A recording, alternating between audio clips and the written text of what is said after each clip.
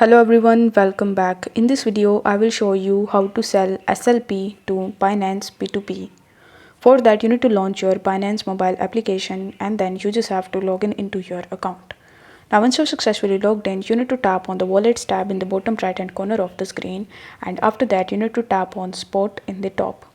Over here, you need to tap on the option of transfer and then you will be landed on this transfer page. Now over here you need to select the SLP coin. So in order to select it, you need to tap on this option and then in the search bar you need to search for SLP.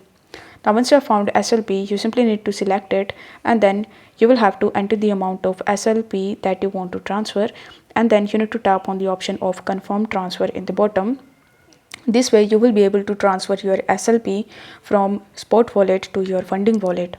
Now once you have your SLP token in your funding wallet, you need to tap on the funding option in the top, and here you will have to search for SLP.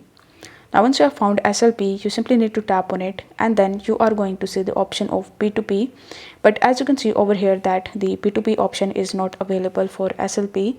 So over here what you can do is you can simply come back and you can convert your SLP into USDT.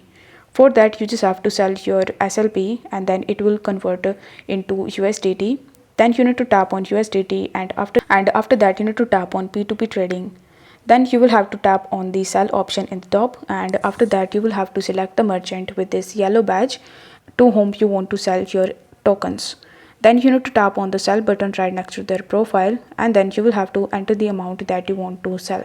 You will have to select your payment method, so you can select your bank account over here, and after that you need to tap on the sell button, and this way you will be able to sell your SLP to Binance B2P. So if the video was helpful, then don't forget to like the video and subscribe to the channel. Thank you so much for watching.